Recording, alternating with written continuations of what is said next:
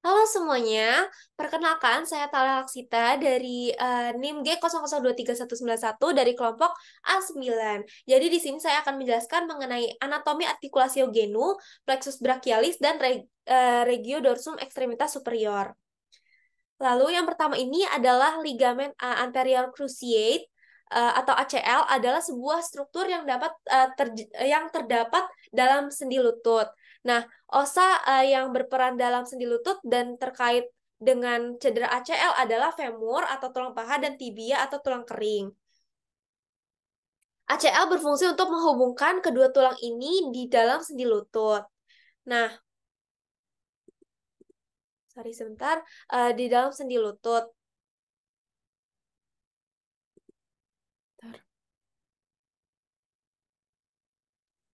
Dan pada cedera ACL ini umumnya terjadi akibat tekanan atau gerakan yang tidak wajar dalam sendi tersebut, seperti putaran atau pergeseran yang kuat yang dapat menyebabkan kerusakan pada ligamen ini. Yang selanjutnya adalah sendi lutut diperkuat oleh beberapa ligamen yang membantu menjaga stabilitas dan membantu gerakan beberapa ligamen utama yang memperkuat lutut, yang meliputi yang pertama ada ligamen anterior cruciate atau ACL. Ligamen ini berjalan di tengah sendi lutut dan membantu mencegah pergeseran tibia ke depan terhadap femur. ACL ini juga membantu mengendalikan rotasi dalam sendi lutut. Lalu yang kedua itu adalah ligamen posterior cruciate atau PCL. Ligamen ini berjalan di bagian belakang sendi lutut dan mencegah pergeseran tibia ke belakang terhadap femur. Lalu selanjutnya adalah ligamen lateral atau LCL dan ligamen medial atau MCL kolateral. Ligamen-ligamen ini terletak di sisi sendi lutut. Mereka juga membantu untuk mengendalikan gerakan rotasi internal eksternal atau pergeseran dari sisi sendi lutut. Lalu yang keempat adalah ligamen patella atau patellar ligamen. Ligamen ini menghubungkan patella atau tulang lutut dengan tuberositas tibia dan membantu dalam pergerakan ekstensi lutut. Saya lanjut ke next slide. Nah, untuk otot-otot yang berperan dalam pergerakan struktur ACL, yang pertama ada otot hamstring, otot quadricep, otot gastrocnemius, lalu ada tendon di sekitar ACL yang berperan juga dalam mendukung stabilitas lutut. Yang pertama ada tendon quadricep, tendon hamstring, dan tendon patellar. Lalu selanjutnya bursa pada struktur ACL. Nah, bursa ini ada bursa infrapatellaris. Bursa infrapatellaris ini berada di bawah patella dan mengandung cairan yang membantu melumasi sendi lutut dan melindungi tulang patella dari gesekan. Yang selanjutnya adalah bursa suprapatellaris yang terdiri dari beberapa. Lalu bursa suprapatellar ini, bursa ini membungkus patella atau sendi lutut dan umumnya dibagi jadi beberapa bursa di antaranya. Yang pertama itu adalah bursa suprapatellar medial yang berada di bagian medial sendi lutut atau di sekitar patella. Dan selanjutnya adalah bursa suprapatellar lateral yang berada di bagian lateral dari sendi lutut atau sekitar patella. Yang terakhir adalah bursa suprapatellar superior yang berada di atas patella atau sekitar sendi lutut. Lalu gambarnya ini ada di bawah sini. Uh, dan sumbernya juga sudah dicantumkan di bawahnya. Saya izin lanjut untuk vaskularisasi. Nah, untuk vaskularisasi ini, yang pertama itu ada arteri popliteal. Arteri popliteal adalah arteri utama di bawah lutut yang memasok darah kayak akan oksigen ke otot-otot yang bertanggung jawab untuk gerakan lutut. Cedera ACL dapat memengaruhi arteri popliteal dengan mempengaruhi aliran darah dan tekanan darah yang dapat menyebabkan kerusuhan pada arteri ini. Lalu ada arteri fibular. Arteri fibular ini adalah arteri kecil yang membantu untuk memasok darah ke bagian bawah kaki. Cedera ACL dapat memengaruhi arteri fibular dengan menghalangi atau memengaruhi aliran darah ke arteri fibular yang dapat menyebabkan kerusuhan pada arteri ini. Lalu yang ketiga itu adalah arteri tibialis posterior posterior. Arteri tibialis posterior adalah arteri kecil yang membantu memasok darah ke bagian belakang kaki. Cedera ACL dapat memengaruhi arteri fibular dengan menghalangi atau memengaruhi aliran darah ke arteri tibialis posterior yang dapat menyebabkan kerusuhan pada arteri ini. Lalu yang keempat itu ada vena popliteal. Vena popliteal ini adalah vena utama di bawah lutut yang membantu mengembalikan darah ke jantung dari kaki. Cedera ACL dapat memengaruhi vena popliteal dengan memengaruhi aliran darah dan tekanan darah yang dapat menyebabkan kerusuhan pada vena popliteal ini. Lalu yang terakhir atau yang kelima adalah vena fibular. Vena fibular ini adalah vena kecil yang membantu mengembalikan darah ke jantung dari kaki. Cedera ACL dapat memengaruhi vena fibular dengan menghalangi atau memengaruhi aliran darah ke vena fibular yang dapat menyebabkan kerusuhan pada vena fibular. Ini ada untuk gambarnya. Nah, ini merupakan gambar dari vaskularisasi yang saya jelaskan tadi. Saya next.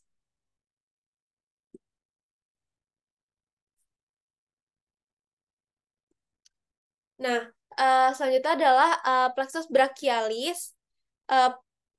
Plexus brachialis ini dibentuk oleh penyatuan dari kelima bagian syaraf, yaitu dimulai dari 5 rami ventral dari nervus spinal.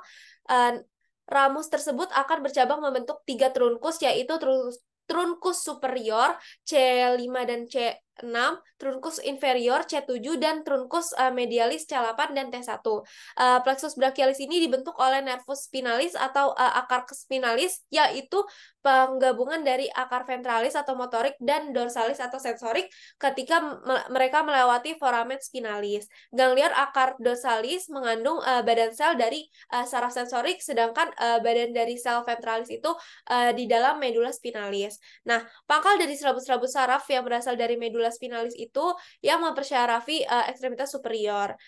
Plexus brachialis berasal dari ramus anterior atau radik saraf C5 sampai T1. Plexus brachialis adalah sebuah jaringan saraf dari tulang belakang yang berasal dari leher meluas ke aksila. Fungsinya, nah, fungsi dari plexus brachialis yaitu persyarafan sensoris kulit ke struktur dalam seperti sendi, persyarafan motoris ke otot-otot, kemudian mempengaruhi garis tengah pembuluh darah melalui saraf vasomotor simpatis dan sakromotor parasimpatis yang mempersyarafi kelenjar keringat. Lalu ini ada gambarnya di atas saya dan ada keterangannya juga di sampingnya. Lalu ini adalah gambar dari struktur dari plexus brachialis. Nah, sorry, saya pindahkan dulu. Jadi, plexus brachialis ini bertanggung jawab atas inervasi otot dan kulit lengan atas dan sebagian dari lengan bawah. Nah, proses pembentukan plexus brachialis ini melibatkan serangkaian struktur yang berurutan seperti ramus, trunkus, divisi korda, dan akhirnya cabang syaraf atau nervus. Lanjut, nervus yang keluar dari plexus brachialis. Jadi bagian-bagian plexus brachialis dari medial ke lateral adalah radicus, trunci, divisi, dan fasciculi. Nah, semua dari nervi utama yang mempersyarafi ekstremitas superior ini berasal dari plexus brachialis yang kebanyakan dari fascikulinya. Lalu, next.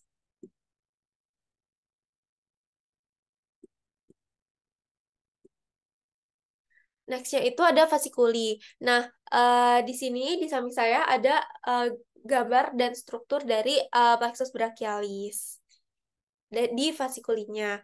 Nah, 3 fasikuli plexus brachialis berasal dari divisi-divisi yang dan terkait dengan arteria axillaris bagian kedua. Nah, fasciculus lateralis adalah hasil dari penggabungan divisi anterior, trunci, superior, dan medius sehingga memiliki kontribusi dari C5 hingga C7. Terletak di di lateral dari arteria axillaris bagian kedua.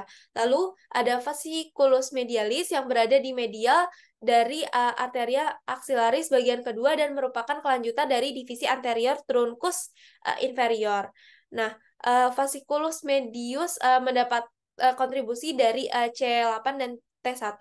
Lalu selanjutnya ada fasciculus posterior yang berada di posterior dari arteria axillaris bagian kedua dan berasal dari penggabungan 3 divisi posterior, yaitu fasciculus posterior mendapatkan kontribusi dari semua radix plexus brachialis dari C5 sehingga T1.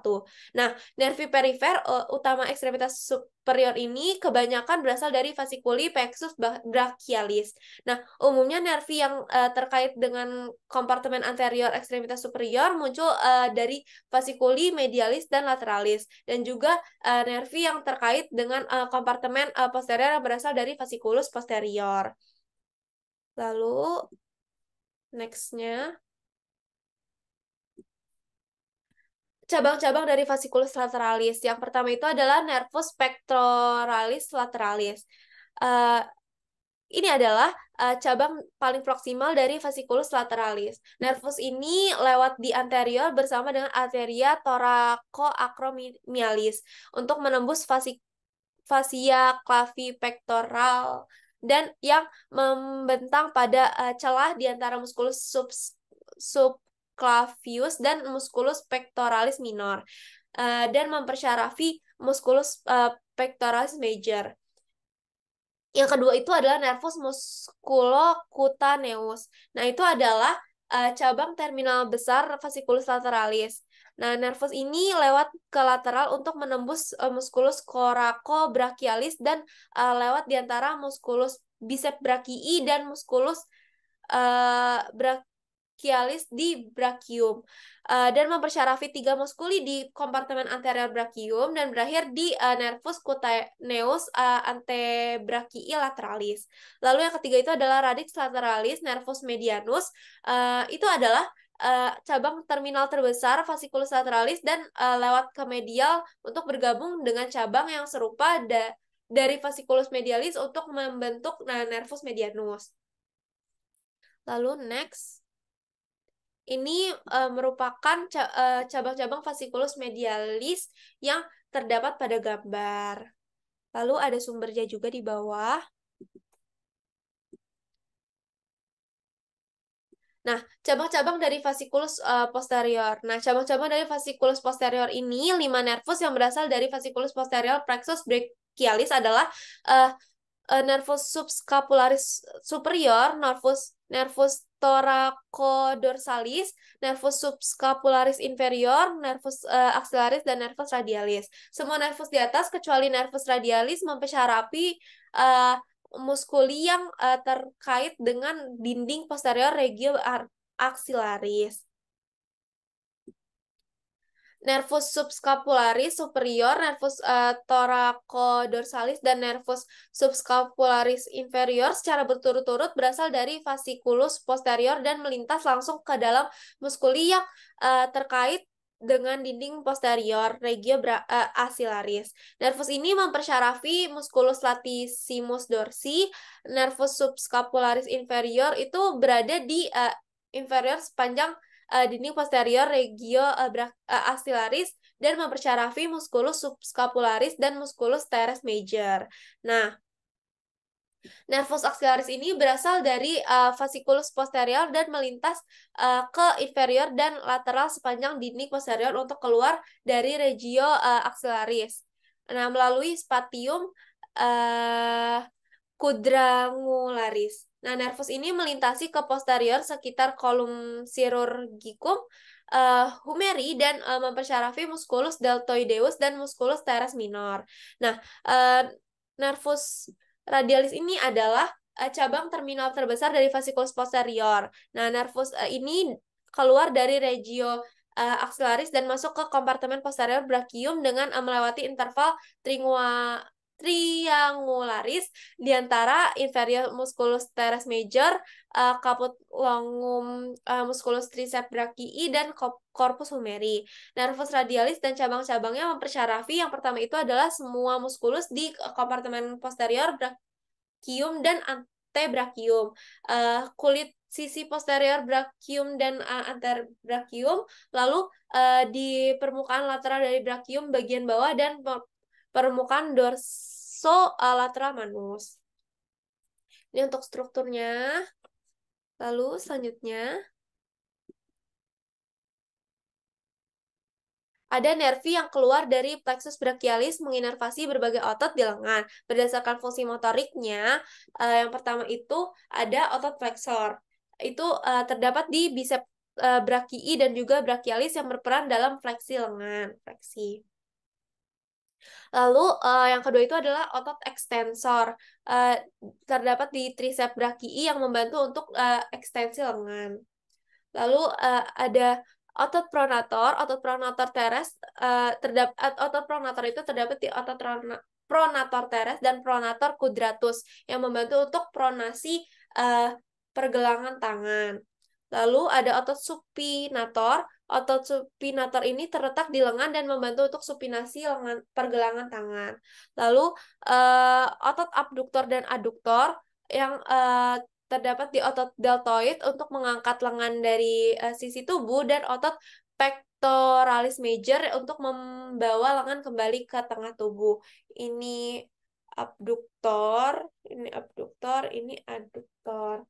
Lalu yang keenam itu adalah otot penggerak jari. Otot itu terletak di otot extensor digitorum dan flexor digitorum superficialis, membantu untuk dalam gerakan jari.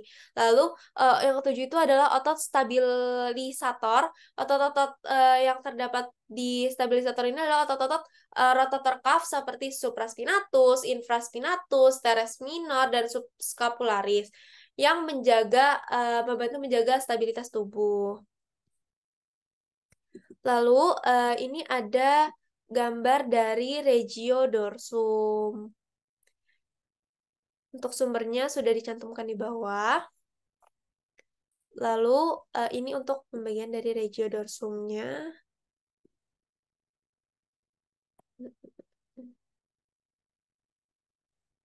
Oke, jadi yang pertama itu muskulinya itu adalah muskuli trapezius. Lalu origonya itu terdapat di protuberansia occipitalis externa, proxpinatus vertebrae VC7 dan semua VT. Insersianya itu terdapat di clavicula, acromion, dan spina scapulae. Lalu fungsinya itu untuk rotasi dan abduksi skapula, fleksi brachium, lalu inervasinya itu untuk di nervus accessorius. Muskulus selanjutnya adalah musculus latissimus dorsi yang berorigo di proxpinosus vertebrae VT 7-12, lalu spina iliaca dan coste bagian bawah. Insersionya di sulcus intertubercularis humeri dan fungsinya untuk ekstensi, aduksi, dan endorotasi brachium. Inervasinya dari nervus thoracica. Lalu yang selanjutnya adalah musculus rhomboideus major yang berorigo di proxspinosus VT 2-5. Lalu insersionya di margo medialis scapulae, fungsinya untuk mengangkat dan aduksi scapula, dan berinervasi di nervus dorsalis scapulae. Lalu selanjutnya adalah musculus rhomboideus minor yang berorigo di proxpinosus vertebrae VC7 dan VT1. Insersionya di margo medialis scapulae, fungsi untuk mengangkat dan aduksi scapula, dan berinervasi di nervus dorsalis scapulae. Yang terakhir adalah musculus levator scapulae yang berorigo di prox transversus VC1-4, lalu insersionya di margo medialis scapulae, fungsinya untuk mengangkat bagian medial dan menarik bahu ke belakang, lalu inervasinya itu di nervus dorsalis scapulae. Lalu ini ada wing scapula. Nah, scapula itu adalah lesi atau cedera pada nervus thoracalis longus. Nah, uh, wing scapula ini adalah kondisi di mana scapula tampak menonjol dari belakang pada bagian medial atau dalam beberapa kasus lateral, sehingga sesuai namanya membentuk penampakan seperti sayap. Nah, ini seperti sayap. Lalu posisi scapula tidak normal ini dapat menyediakan terbatasnya aktivitas fungsional dari ekstremitas atas. Rentang gerak yang paling sering terkena itu adalah abduksi dan fleksi ekstremitas atas. Nah, wing scapula ini paling umum disebabkan oleh kerusakan atau gangguan dari persyarafan pada musculus serratus anterior yang dipersyarafi oleh nervus thoracalis longus. Nah, saraf ini dapat rusak dan membentur sehingga menyebabkan musculus serratus anterior tidak dapat berfungsi lagi. Disfungsi ini mengakibatkan batas dari medial scapula tampak seperti sayap. Nah, uh, terusaknya atau terbenturnya nervus thoracalis longus ini menyebabkan penampakan seperti sayap tersebut karena musculus serratus anterior ini menempel pada aspek medial scapula dan menahan pada tulang rusuk posterior. Nah, sebagian besar dari kasus kelumpuhan musculus serratus anterior ini dapat sembuh dan dengan sendirinya dengan waktu yang cukup lama, yaitu 24 bulan atau 2 tahun. Lalu walaupun jarang nih, selain itu ada juga yang wing scapula yang disebabkan oleh kerusakan atau kelumpuhan dari musculus trapezius atau musculus rhomboid yang dapat menyebabkan scapula melebar ke bagian lateral. Hal ini terjadi karena musculus trapezius sendiri berfungsi untuk mengangkat dan menarik dan memutar scapula. Seperti itu. Jadi untuk gambar ini seperti wings atau sayap ya. Itu karena ada lesi atau cedera. Oke, sekian penjelasan materi dari saya. Kurang lebihnya mohon maaf. Wassalamualaikum warahmatullahi wabarakatuh.